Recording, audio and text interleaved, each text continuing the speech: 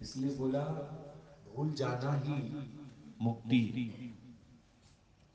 अगर आज तुम लोग बैठे हो यहाँ पर, कोई भी काम ध्यान में आ गया, सोचो यहां से ही उठ के भाग जाओ। तो जगत को भूलना, जगत क्या है? जगत है कि जहां पर मैं उपस्थित है, जहां मैं उपस्थित है वहां आप बिल्कुल फ्री नहीं हो। बहुत सारे काम आपके सामने आ जाएंगे। बहुत सारे काम जब आएंगे तो अभिमान के कारण आपको लगेगा ये भी मुझे करना है, वो भी मुझे करना है, यहाँ भी मुझे जाना है, ऐसा भी बोलना है, ऐसा भी चलना है। तो बहुत सारे विचार आपको घेर लेंगे। और जब विचार ही आपको घेर लेंगे तो फिर आप मुक्त कैसे? फिर तो आप मुक्त नहीं हो। लेकिन जो इन सब बातों को भूल जाए और परमात्मा की शरण में बैठ जाए, वो मुक्त है। नहीं, सोच के देखो कि मीरा से भी मूर्ति ले ली गई। मीरा भले बाकी सबको भूल गई, लेकिन मूर्ति को तो लगा रखा था गले। मेरो तो गिरधर गोपाल, दूसरों ना। तो उनके गुरु रैदास ने उनको बोला कि जब इस पे भी तू भूल जाएगी, तब समझना कि तुम क्या हो, मुक्त। यानी भूलना ही मुक्ति है। अब आप देखो ना, किसी को एक हफ्ता पहले की कोई बात ध्यान में है, भले कितना ब्रह्म ज्ञान सुने, पर वो बात उसको खाए जाएगी, खाए जाएगी, खाए जाएगी। वो बात किसी भी प्रकार की हो सकती है। नहीं, कोई योजना कि मेरे को ये काम करना था, ये काम मेरा हुआ नहीं। इससे पहले के अध्यायों में यही आ चुका है, जो काम हो गया है उसको भी खुश जान, जो काम अभी तक नहीं हुआ उसे भी परमात्मा की मर्जी जान। और याद नहीं रखना उसको। याद करते हम कभी बैठते हैं, कहते हैं अभी बस मेरा ये काम रह गया, ये हो जाए तो ठीक। ये काम मैं अगर प्रेजेंट होता तो कर लेता अपने सामने। ये सब बातें जो याद रखी है ना तुमने, ये तुम्हारी जो है ना बंधन का कारण है। या कोई भी काम अभी तुम्हारे पेंडिंग है, तुम्हें लगता है ये काम मुझे अभी करने हैं, मैं नहीं करूं तो कौन करे, ये भी बंधन है। पर भूल जाओ। कैसे भूल जाओ? जैसे रात में आप निद्रा में चले जाते हो तो आपको कुछ भी ध्यान नहीं रहता। तो अगर आपको ध्यान में है और कोई विचार आपके अंदर चल रहा है तो नींद भी नहीं आएगी, ये ध्यान रखना। जब आप बिल्कुल फ्री माइंडेड हो जाओगे, तब आपको जाके क्या आती है, नींद आती है। जब एक भी विचार आपके अंदर नहीं चलता, तब आपको क्या आ जाती है, नींद आती है। तो ये भी जो मुक्ति है, ये योग निद्रा है। इसमें आप चलते फिरते, उठते बैठते, सोते जागते केवल एक हरि में समाये हुए, केवल एक आत्मा में समाये हुए, और अपनी हस्ती को क्या कर दिया है, गुम। है ही नहीं कोई हस्ती। हस्ती का मतलब, जब तुम अपने लिए जीते हो तो ये हस्ती है, अपने वालों के लिए जीते हो तो हस्ती है, लेकिन सरबद्ध के भले के लिए जीते हो तो हस्ती का गुम होना। अब अपने लिए जीने का मतलब, अपने लिए जीने का मतलब जब हम अपने लिए ही सोचते रहते हैं, अपने को ही सुख दिलाते रहते हैं, तो उसको कहा जाता है हस्ती का बंधन। नहीं, ये मैं भी तो कुछ हूं, मेरी भी तो कोई भावनाएं हैं, मैं भी तो किसी का पुत्र हूं, मैं भी तो किसी का नाती हूं, मेरी भी तो अपनी कोई लाइफ है कि सारा दिन सत्संग में घूमते रहेंगे। मेरी अपनी भी तो कोई लाइफ है। ये है हस्ती का बनाना।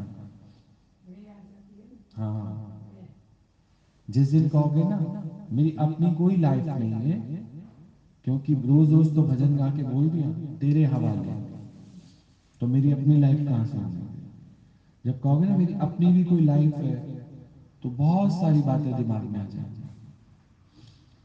पर पूरी तरह से जब हस्ती को गुम करोगे, तो मैं नहीं, मेरा नहीं, मैं भी नहीं, और मेरा भी नहीं, तो भारी होके रहोगे ही नहीं, बंधन मुक्त हो जाओगे।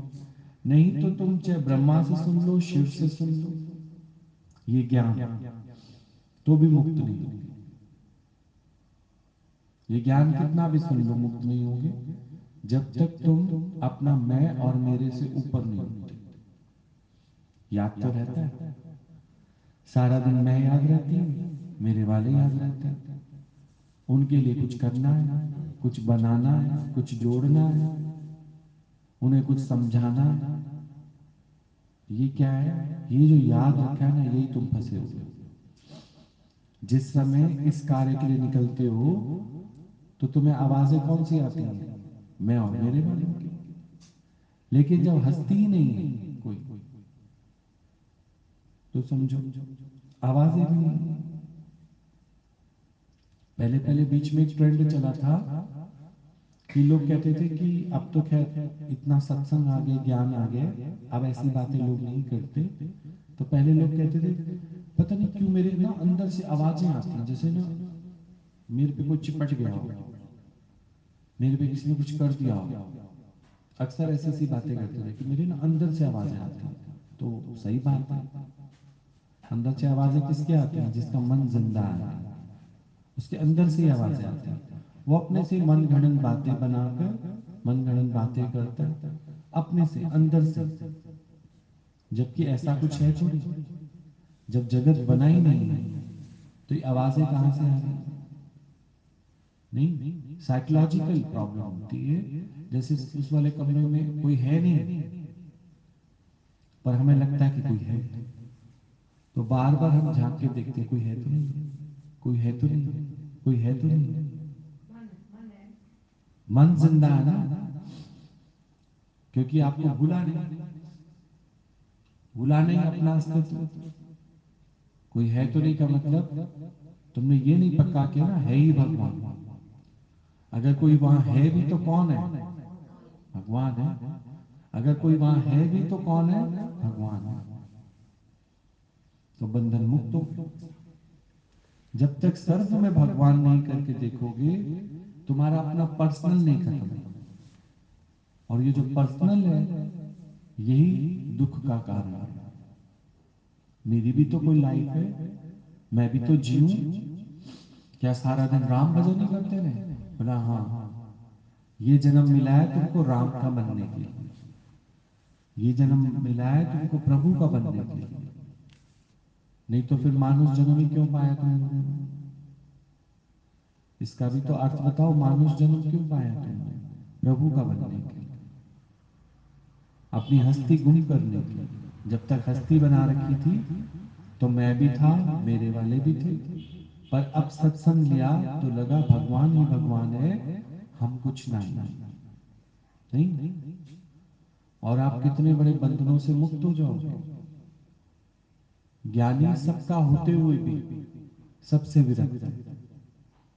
मिलना जुलना, आना जाना, बातचीत सब कुछ करता है, पर हृदय में एंट्री किसी को नहीं देता। समझे? आप उल्टा करते हो, हृदय में तो एंट्री दे देते हो, पर बाहर से शुष्क रहते हो। ना हम किसी के, ना कोई हमारा। बाहर से बोलने से क्या हो जाएगा? हृदय में एंट्री नहीं होनी चाहिए। बाहर भले सबके साथ बोल चाल, मिलना जुलना, ये सब है, लेकिन हृदय में केवल एक परमात्मा की धारा रहती है बस। हृदय में और किसी के लिए कोई स्थान नहीं। तो ये जो भक्ति है, ये जो राह है, ये दिल से की जानी है। दिल लगाना है इसके अंदर। किसमें? सत्संग। या तो दिल लगेगा जगत में, या फिर दिल लगेगा परमात्मा में। क्योंकि दिल तो एक ही है, दिल तो एक ही है। चाहे इसको विषयों में लगा दो और चाहे इसको भगवान में लगा दो। विषयों में लगाने का मतलब क्या है? जब इसको सुख मिलता है, इसको जरा सा कोई कुछ कहे ना, इसकी बुराई ना बने कहीं। लेकिन ज्ञानी तो इन सब बातों के लिए भी तैयार है। बुराई निंदा से वो डरता ही नहीं, क्योंकि बुराई किसकी होगी, निंदा किसकी होगी? वो मैं हूं नहीं, वो मैं हूं नहीं, हस्ती गुम करता है। पर जिसको ये डर लगता है कोई मेरे बारे में कुछ कह ना दे, मेरी बुराई ना कर दे, मेरी निंदा ना कर दे, तो वो जगत में ही फंसा रहेगा। लोग मुझे अच्छा माने, वो जगत में ही फंसा रहेगा। आज आप देखो जो जगत में फंसे हुए हैं वो 3 कारणों से तो फंसे हुए हैं। फर्ज, धर्म, कर्म, मर्यादा ये करते हुए जगत में ही फंसे हुए हैं। ना कोई हमारे लिए कुछ ना बोले भाई, सीधी सी बात है। बिरादरी में हमारी नाक ऊंची रहनी चाहिए। तू कहाँ, बिरादरी कहाँ, जगत कहाँ, सोचो। नहीं, यही बंधन के कारण है। ना तुमको बिरादरी भूली, ना जगत भूला, ना मैं भूला, ना मेरा भूला। अभी भी हम सब जगह अपनी जान फंसाए बैठे। छुड़ाए कहाँ है हमने? छुड़ाया हमने? फिर हम एक बच्चे की आदत छुड़ाना चाहते हैं, बेटा मुंह में अंगूठा नहीं डालो, बेटा मुंह में अंगूठा नहीं डालो, तो कहता नहीं डालूंगा। तो अंगूठा तो नहीं डालता, लेकिन उसको मुंह में कोई ना कोई चीज लेने की आदत तो है, तो चम्मच डालना शुरू कर देता। बोला आपने ये कहा था ना अंगूठा नहीं लेना, पर अब चम्मच मुंह में डालना शुरू कर दिया। या फिर पेन लिखते समय पेन मुंह में ऐसे दबाता है तो स्याही स्याही मुंह से लग जाती है। किसी किसी आदत नहीं होती, एक अक्षर लिखते हैं मुंह में क्या दबाते रहते हैं, तो मुंह में कुछ ना कुछ डालने की आदत हो गई। भले ही अंगूठा डालना तो छोड़ दिया, नहीं सोच के देखो, भले ही हम लोग मैं और मेरे से हट गए, फिर कहीं ना कहीं कोई संपर्क बना लिया, कोई और कॉन्टेक्स्ट बना लिया, किसी और को अपना बना लिया, तो बात तो वही हुई ना, अंगूठा छोड़ के मुंह में पेन डालना शुरू कर दिया। यानी मुंह में कुछ ना जाए उसके बिना रह ही नहीं सकते। समझे? मैं क्या करूं, मैंने तो ना शराब पीना बिल्कुल छोड़ दिया, तंबाकू खाना जो शुरू कर दिया। अगर तुमने शराब छोड़ दिए तो तंबाकू खाना शुरू कर दिया।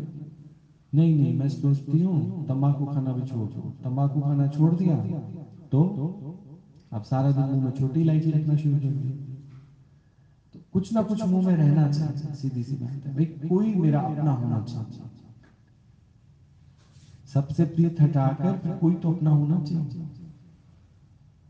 पर ज्ञानी सब बंधनों से मुक्त है, किसी की याद नहीं है। याद है तो बंधन है। कोई बोले ना आपको हमारी याद नहीं आती, बोला ना भैया हमें बंधन में नहीं जाना, हम एक की याद में बहुत है, भगवान की याद, इसलिए दूसरे की याद आती नहीं।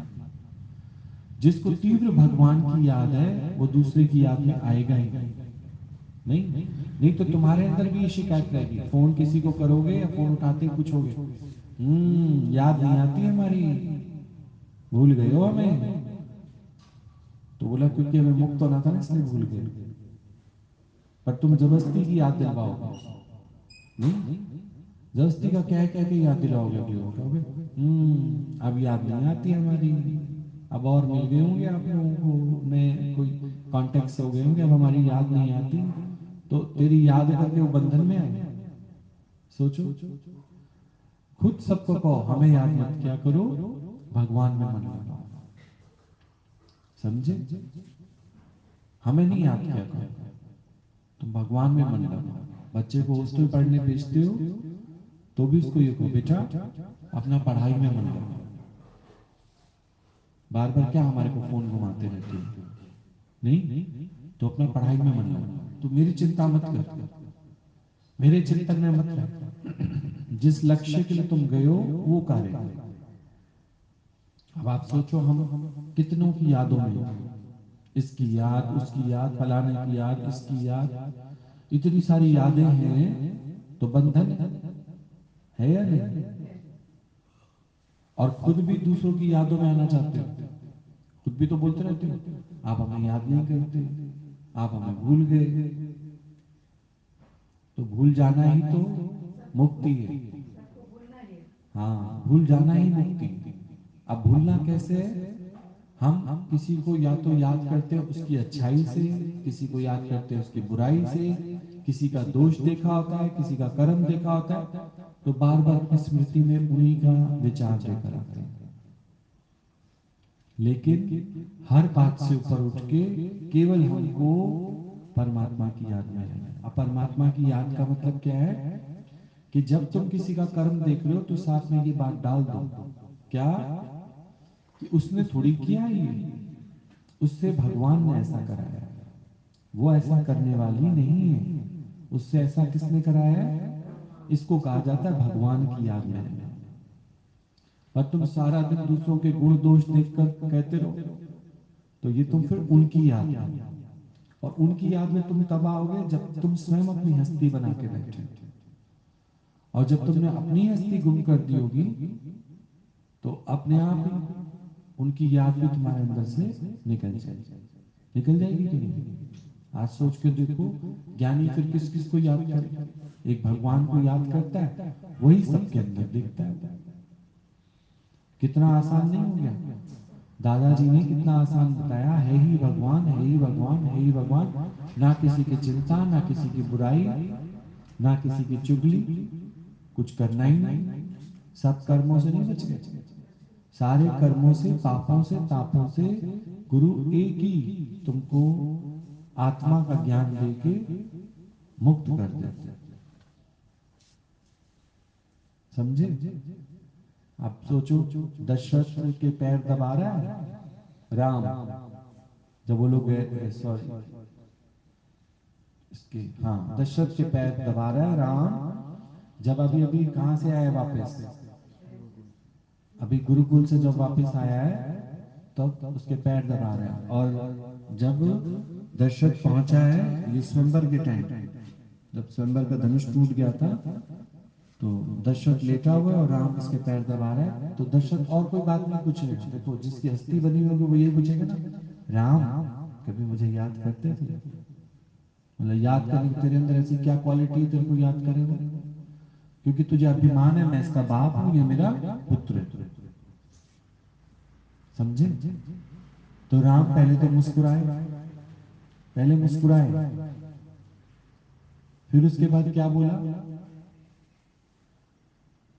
कि भूलने वाली बात ही नहीं है कोई। तो कितना सरल जवाब दिया कि भूलने वाली बात ही नहीं है। भाई भूलूं तो तब जब याद ही रखा हो तेरे को मैंने, भूलने वाली बात ही नहीं है। कितना इजी जवाब दिया राम ने, पहले तो मुस्कुरा दिया, पर वो अगला बंदा तो बार बार पूछेगा ना जब तक उसको जवाब नहीं दोगे। क्या हुआ राम, जवाब नहीं दिया तुमने? याद नहीं आती थी अयोध्या की मेरी? सोचो, अगर याद आती तो कोई संदेशा ना भेजता, वो कुछ जानने की कोशिश ना करता। उसने तो यहां तक कह दिया, जब लक्ष्मण ने कहा अरे चलो चलो भैया पापा आए हैं मिलने के लिए, तो क्या बोला?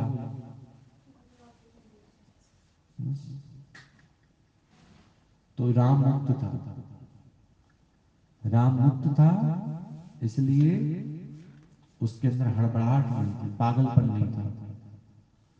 तो ये पागलपन नहीं है, आत्म ज्ञान लेते लेते साथ साथ फिर जगत ज्ञान में भी घुस जाते हो।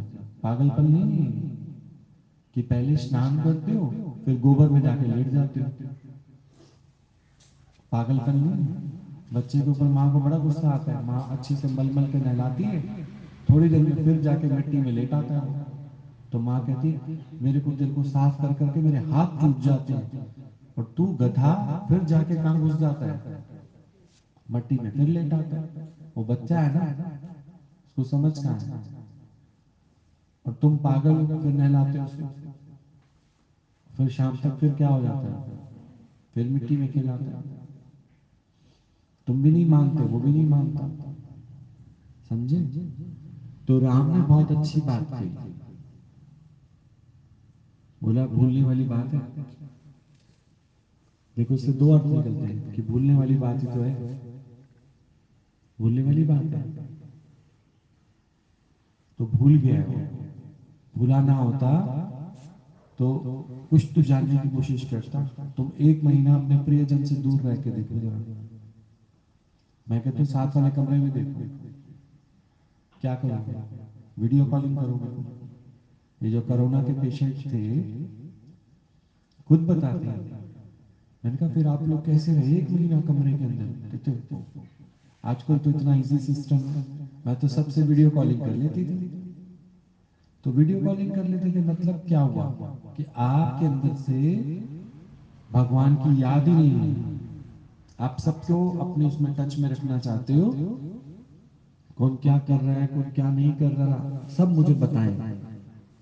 समझे? ज्ञानी कभी इन्वेस्टिगेशन में नहीं जाता, और जो मूर्ख प्राणी है वो इन्वेस्टिगेशन ही करता रहेगा।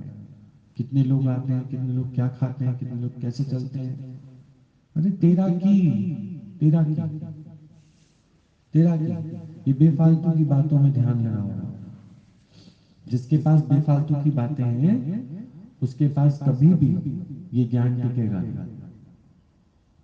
ज्ञानी मोड में क्यों है? वो बेकार की पूछताछ नहीं करता, वो इतना ही बोलता है जितना कि तुम्हारे लिए सफिशिएंट है। वो अगर तुमसे पूछता भी है कोई बात तो समझो सिर्फ इसलिए क्योंकि तुम भाव बना के आए हो, और तुम्हारे भाव को पूरा करने के लिए सिर्फ पूछता है। अदरवाइज वो कोई इंटरेस्ट डिसइंटरेस्टेड है। जगत है ही नहीं तो किसकी बात करेगा? डिसइंटरेस्टेड है, मौन है, शांत है। तभी बोला राम ने, उसी समय बोला लक्ष्मण से, इस समय हम गुरु के सानिध्य में, न मैं न मेरा। आए हैं तो आए हैं, कोई बात नहीं। जब इतना हम डिस्टेंस में रह रहे हैं, सोचो, अब आए हैं तो कोई बात नहीं, गुरु जी को मन करेगा तो मिलवा देंगे, नहीं कोई बात नहीं। पिताजी ने खुद ही तो कहा था, जाओ विश्वामित्र जी के साथ जाओ, इनकी पूरी तरह से सेवा में रहना। तो ये तो गलत बात है ना कि हम अभी तक तो रह रहे थे, जब तक नहीं पता था। सोचो, अब पता लग गया तो एकदम पागल हो जाए, लीलावती कलावती की तरह। पहले बैठिए भगवान की शरण में, पति नहीं है, धोखा दे गया, भाग गया घर से। सोचो एकदम से, देखो भगवान ने कैसी लीला की। वो कथा सुन रही है सत्यनारायण की, पति नहीं है कई सालों से, भाग गया, पर भगवान की कृपा से वो आ गया फिर। अब भगवान की कृपा कोई लात मार दी उसने, सोचो ना, भगवान की कृपा कोई लात मार दी तो उसको दिखाई दिया वहां पे, वो दिखाई दे रही है। कथा भी पूरी नहीं होने दी, प्रसाद भी नहीं लिया, ऐसी कौन सी जल्दबाजी है? तुम किसकी शरण में बैठे हो ये भी तो सोचो।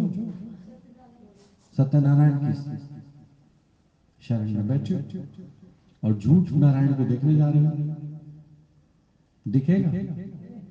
अच्छा, फिर इसने फिर वहां याद किया सत्यनारायण भगवान, तो सत्यनारायण भगवान को याद किया, वो दिख गया। तो इसने बोली, कहाँ थे तुम इतने दिन तक, तुम्हें मेरी याद नहीं आई? वही जीव भाव वाली बात है, रोना पिटना चीखना चिल्लाना। शुक्र नहीं मना रही, मिल गए। जाओ, मैं तुमसे नाराज हूं, बात नहीं करती। तो फिर जब बात ही नहीं करनी थी तो उधर पूजा किस लिए करवा रही है सत्यनारायण की? चाहत तो तेरे को है कि पति वापस आ जाए, ऐसे झूठे मूठे को जाओ मैं तुमसे बात नहीं करती, जाओ मैं तुमसे बहुत नाराज हूं। तो जा, फिर नाराज है तो वापस बैठ भगवान की शरण में। वहां किस लिए बैठे भगवान की शरण में? अगर भगवान की शरण में तुम कोई इच्छा रख के बैठे हो तो सोचो, ऊपर ऊपर से नाटक करोगे, हमें कोई इच्छा नहीं है, हमें कहीं जाना नहीं, हमें किसी से मिलना नहीं, मिलाना नहीं, बस अब तो तू बोला। जब चूहा सामने आएगा तब पता चलेगा बिल्ली मौसी है या संत बन गई है पूरी। चूहा सामने आएगा तो पता चलेगा ना, झपटा मारती है कि नहीं। ऐसे तो सभी बोलते हो, नहीं बोलने से क्या हो जाएगा? पर बिल्ली मौसी सामने आएगी, चूहा सामने आएगा, तब पता चलेगा बिल्ली मौसी है क्या बन गई है ब्रह्मज्ञानी। नहीं, ऐसे तो सिर पे चुन्नी उन्नी करके, चश्मा वश्मा लगा के, हाथ में रामायण पोथी लेके बैठी है, और बिल्लियों को लेके, तो सारी बिल्लियां सोच रही हैं भाई ये तो ब्रह्मज्ञानी हुई। लेकिन एक उनमें से बहुत चुस्त बिल्ली थी, उसने फटाफट एक चूहा फेंका। फेंका तो इधर फेंकी रामायण, इधर फेंका चश्मा, इधर डंडा दुपट्टा, किसके पीछे भाग ली? पता लग गया भैया कितना आत्मज्ञान है, समझे? लेकिन राम के अंदर पैशंस थे, सब्र था। नहीं बोला क्या मिलना क्या मिलाना, गुरु की आज्ञा होगी तो मिलवा देगा, नहीं तो सौंप दिया इस जीवन का भार तुम्हारे हाथों में। ये उसकी सफलता का रास्ता। भले प्रमिला भगवान मीना मम्मी की भी बात बताई जाती है कि दोनों साथ जाते थे। फिर गीता भगवान ने एक दिन बोला कि दोनों साथ नहीं आया करो, क्योंकि यहाँ भी फिर माँ बेटी का व्यवहार करोगे। एक काम करो, 15 दिन तुम और 15 दिन तुम, ऐसे करके आया करो। उन्होंने आगे सवाल ही नहीं पूछा कि ऐसा क्यों। बोला गुरु की हर बात में कहीं ना कहीं राज है। तो देखो गुरु की बात को माना तो कोई किसी के बीच में आसक्त हुआ ही नहीं। भुला दिया ना दोनों को दूसरे को, अब साथ ही नहीं रहते, भूल गए। याद कब रहती है सबसे ज्यादा? जितना ज्यादा तुम संग करोगे ना, याद अंदर से निकालना उतना ही मुश्किल है। याद किसकी आती है? वो मर भी जाए तो सोचो, जिसके साथ तुमने संग ज्यादा किया होता है। अब शरीर को भुलाना कितना मुश्किल है सोचो, क्योंकि रोज ही तो पक्का करते हैं ये मैं हूं, ये मैं हूं, ये मैं हूं। इसको भुलाना कितना मुश्किल है, इसके दुख दर्द को भुलाना कितना मुश्किल है। नहीं, तभी कहते हैं आत्मज्ञान सुनो, सबसे पहले आसक्ति अपनी देह से निकालो। इसको सुख दिलाने में लगे हो, इसको सुख कैसे दिलाएं, इसको सुख वाला कैसे बनाएं, तो ये तो सुख का कीड़ा बन जाएगा। ठीक क्या बोलते हो?